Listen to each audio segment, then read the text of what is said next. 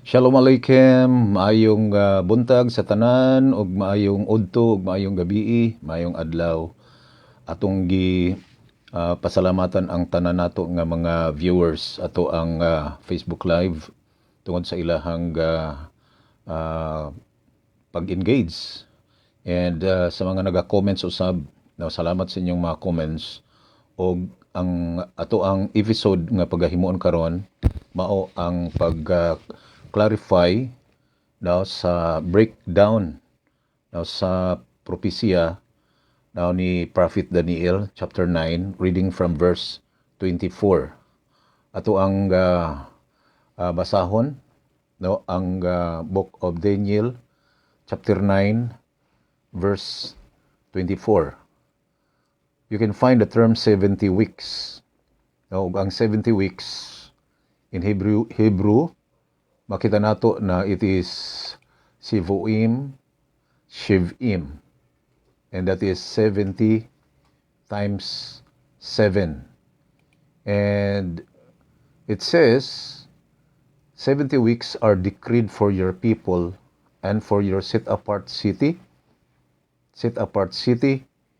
to put an end to transgression, to seal up sins, and to cover crookedness, and to bring an everlasting righteousness, and to seal up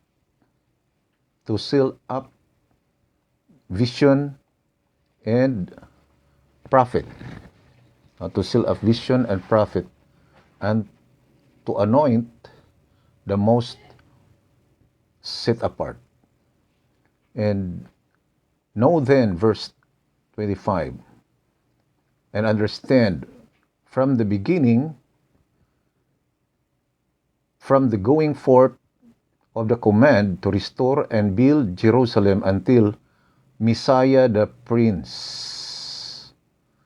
Messiah the Prince. Usa kini sa mga confusions nga to i-clarify is 7 weeks. That is 7 times 7 equals 49. And then you can find also and 62 weeks, which is 434 years, and it shall be built again with streets and trends, but in times of affliction. And after 62 weeks, Messiah shall be cut off. So we can find the second Messiah here mentioned, or anointed one, and have not, and the people of a coming prince. So doon ay coming prince shall destroy the city. So ang prince will destroy the city and the set apart place and the temple. And the end of its with a flood and a waste are decreed, and fighting until the end. And shall confirm a covenant with many for 1 week. In the middle of the week he shall put an end to slaughtering and meal offering. And on the wing of abomination he shall lay waste even until the complete end, and that which is decreed is poured out into one last waste. Okay. 70 weeks is 70 times 7 years equals 490. So that is 490 years.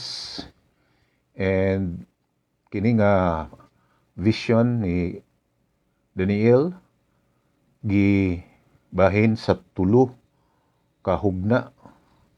One is 7 weeks. You can find 7 weeks. Og niini nga 7 weeks, makita nato na after sa 7 weeks, adunay mo command nga gitawag og Messiah the Prince nga mo rebuild sa Jerusalem og sa temple. And then the second level is 62 weeks, which is 434 years. 434 years. And after that 434, we can find that another Messiah, after 62 weeks or 434 years, Messiah shall be cut off, that is karet in Hebrew, and the people of a coming prince shall destroy the city. So, dunay muguba sa second temple, set apart place, and this no other than Titus the Great. At the end of its with a flood and waste and greed and fighting until the end. So, mao kini ang gera na sa mga Romans against sa mga Jewish. Verse 27, he shall confer covenant with many for 1 week, and in the middle of that week he shall put an end to slaughtering and meal offering. So we can find the third level is 1 week or 7 years. Okay, ato kining hatagan og pagtin-aw with the help of this book. No, adunay tabang ini nga libro that is Door Le Door. No, Door Le Door by Ephraim Waxman. Kini siya nga libro mao ang latid gikan sa creation padulong sa end of times. Now, and kini nga libro makita nato ang mga event nga nagakahitabo. Nagakahitabo sa Torah event, and also ang nagakahitabo sa secular world. Sa secular world. Okay. 40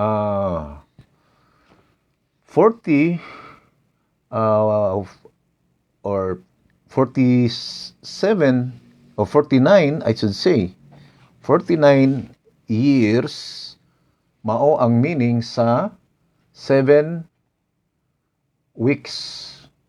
And then ang 1 week is 7 years.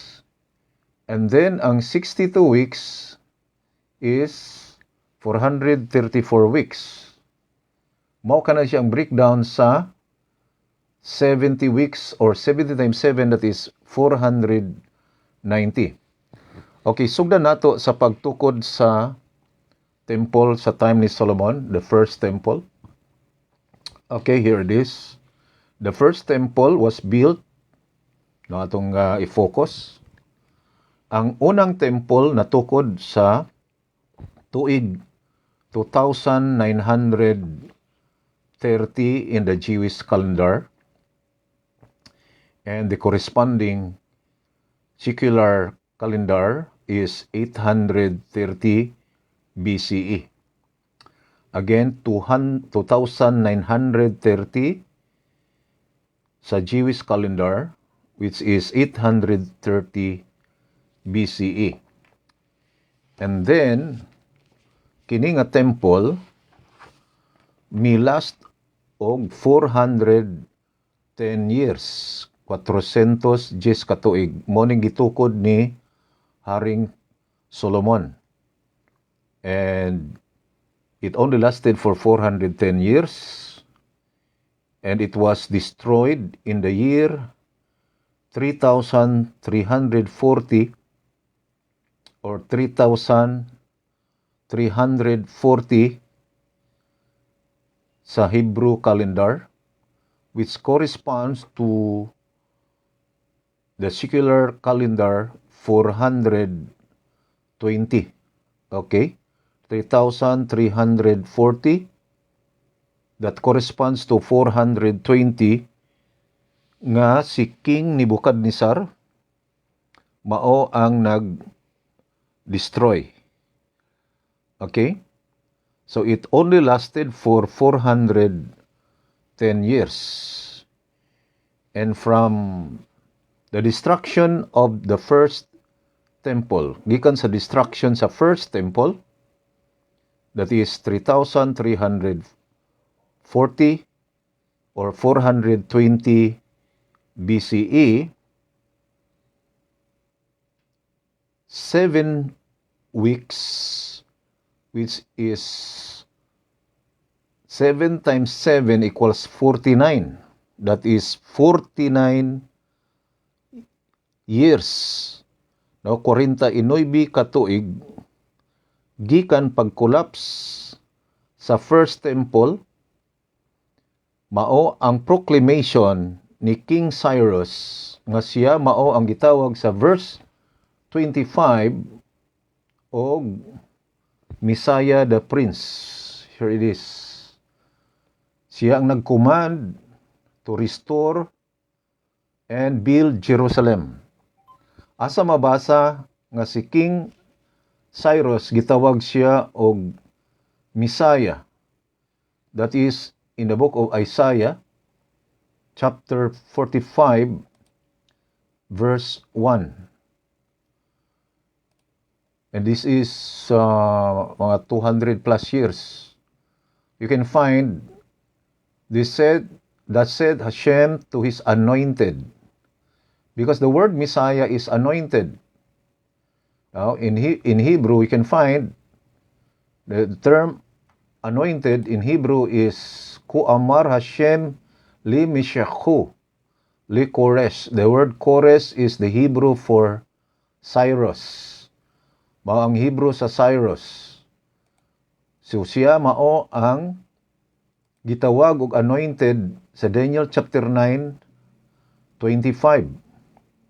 Kay siya maong nag-proclaim sa pag-restore, pag-rebuild sa Jerusalem city and also to build the temple. We can find it in the book of Ezra chapter 1.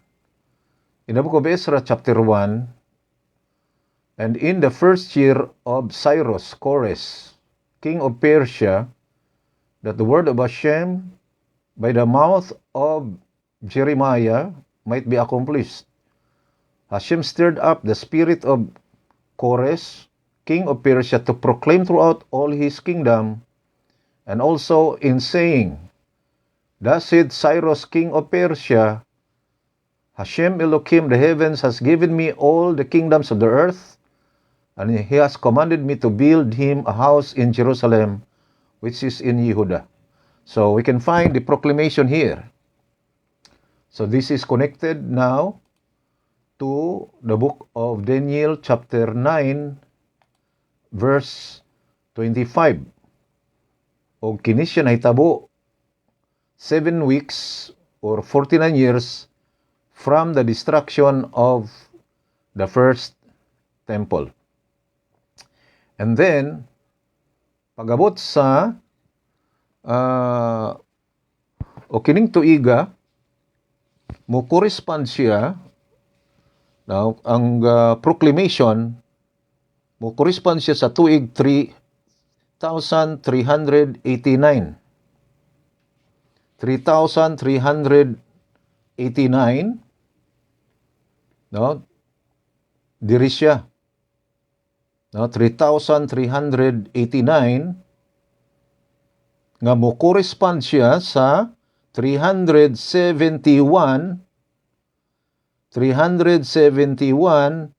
BCE. That was the time of the fulfillment of the 7 weeks, which is 49 years from the destruction of the temple, that King Cyrus made a proclamation to rebuild Jerusalem. And in the year 3,410,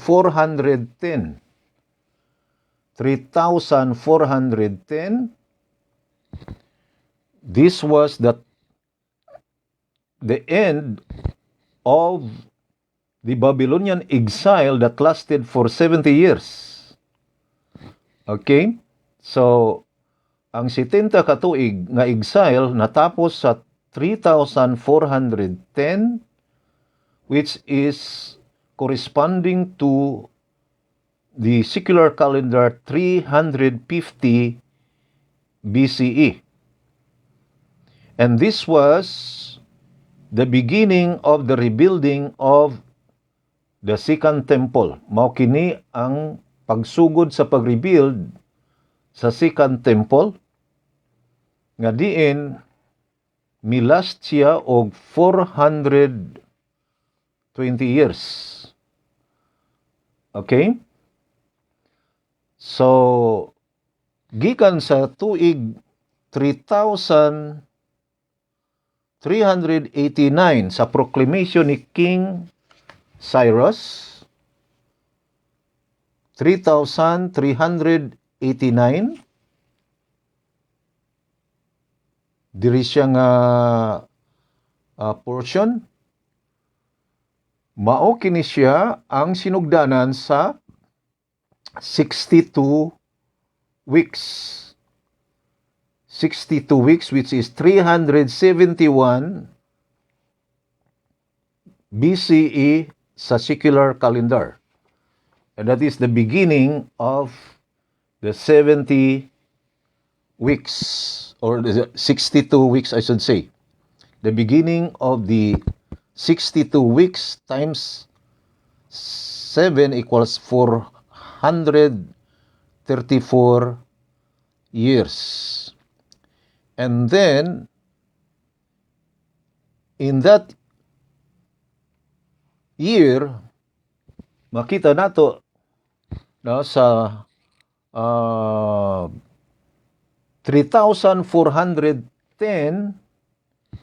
mao ang tuig nga diin gitukod ang second temple, which is 350 BCE. 350 BCE. And in the year 3,822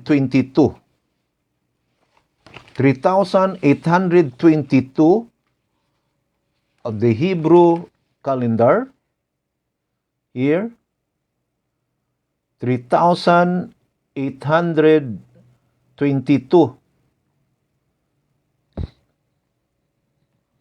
Okay, 3,822, which is 63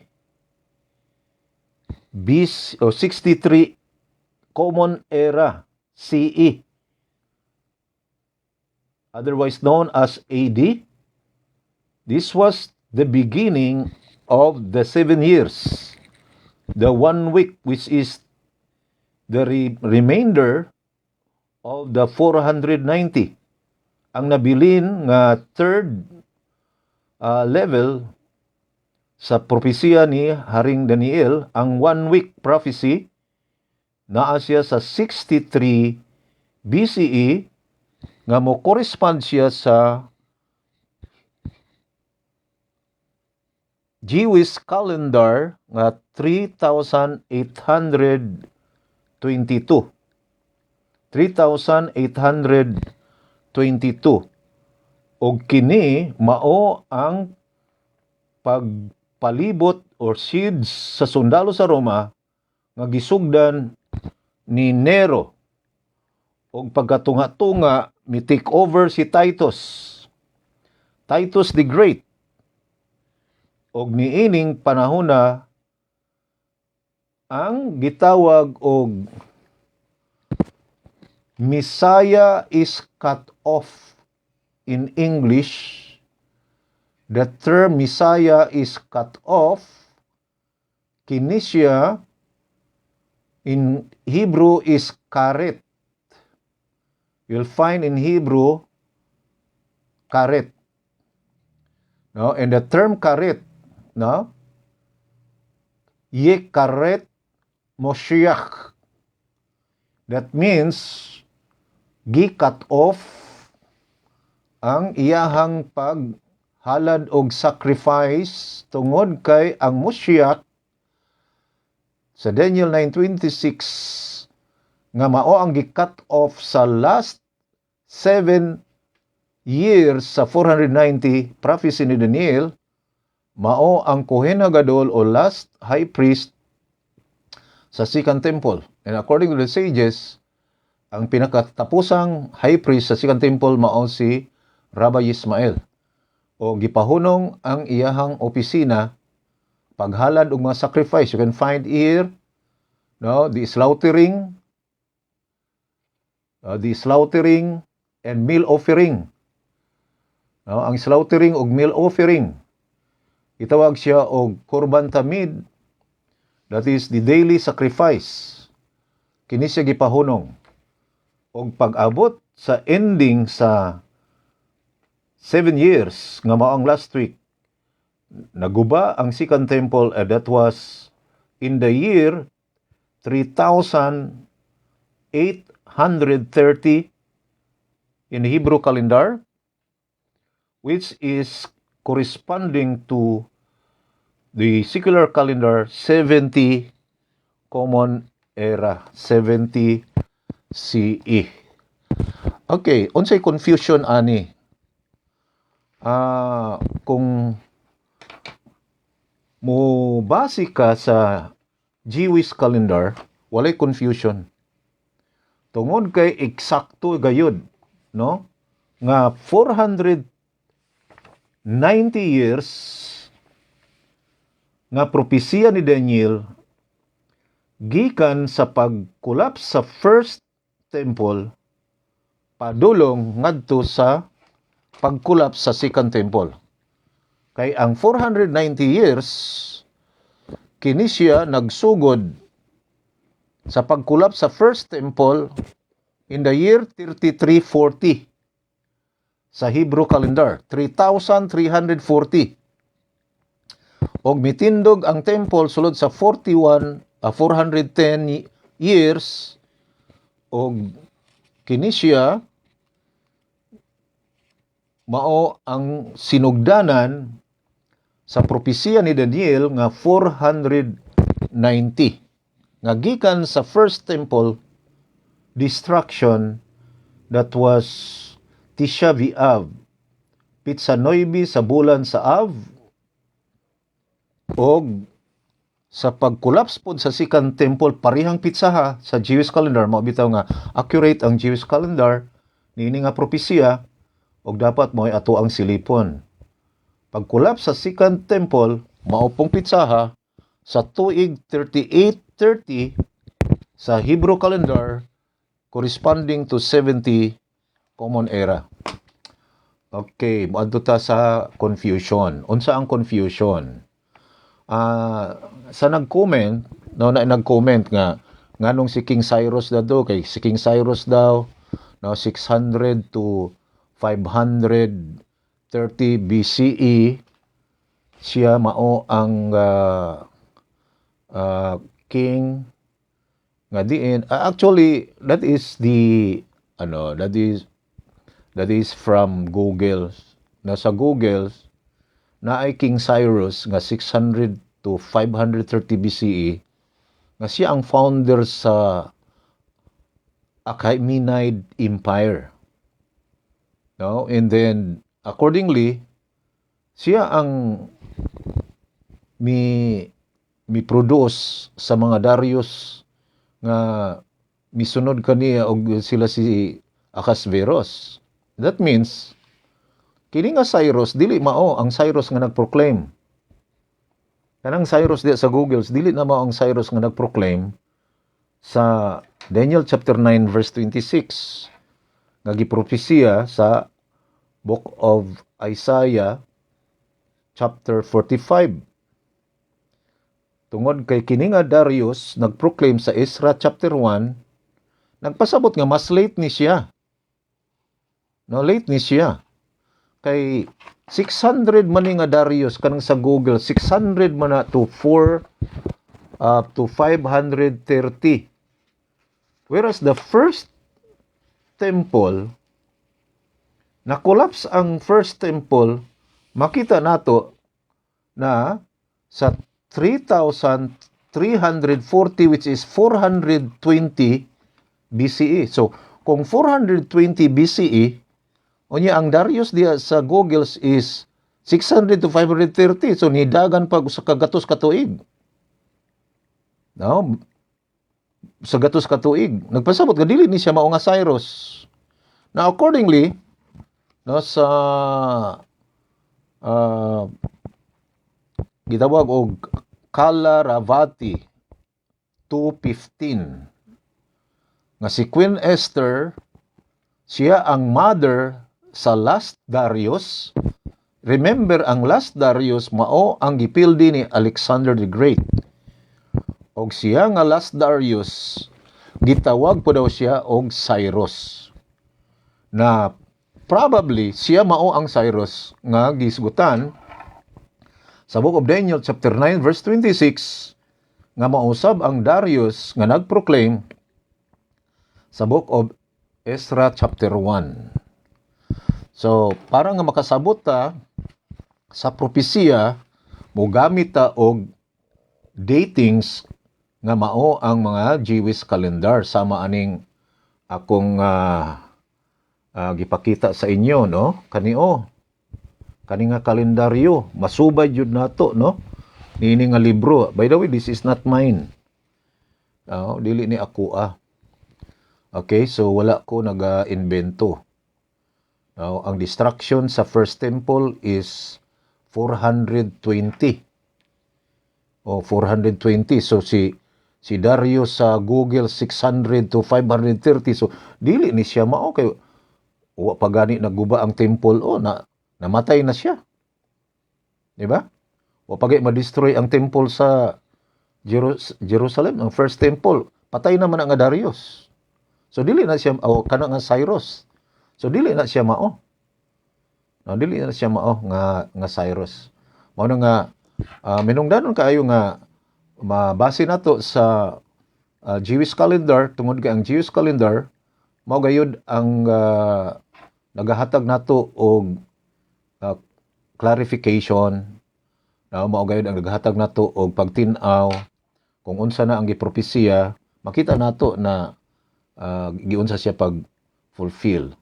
Walay kulang, walay sobra. Balo mo ang 490 years prophecy ni Daniel nga nagsugod gikan sa destruction of the temple padulong sa second temple destruction. Wa gyud sobra na, wa gyud kulang na sa Jewish calendar. Tungod kay ang pizza, that is Tisha B'Av, that is 9 of Av. Makita ninyo sa Book of Jeremiah.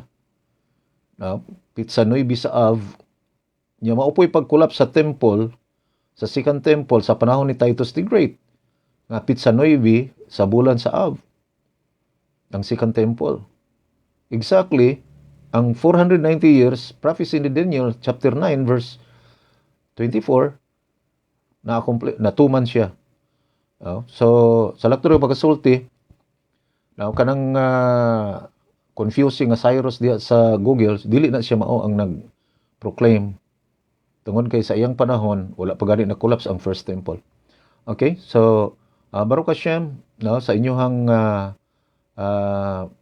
pag-view, og manghinat ako na sa kanunay, kamo mag-engage sa pagtuon, mas maayo nga mo lambigita sa pagtuon para nga kita mismo doon natay clarity of vision, clarity of understanding, may tungod sa mga issues nga diin nakataya ang atuang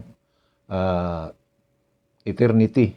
Kay ang confusion sa Daniel chapter 9, if ever makitag Messiah sa verse 25 o verse 26, si Jesus ilang tanaw ana.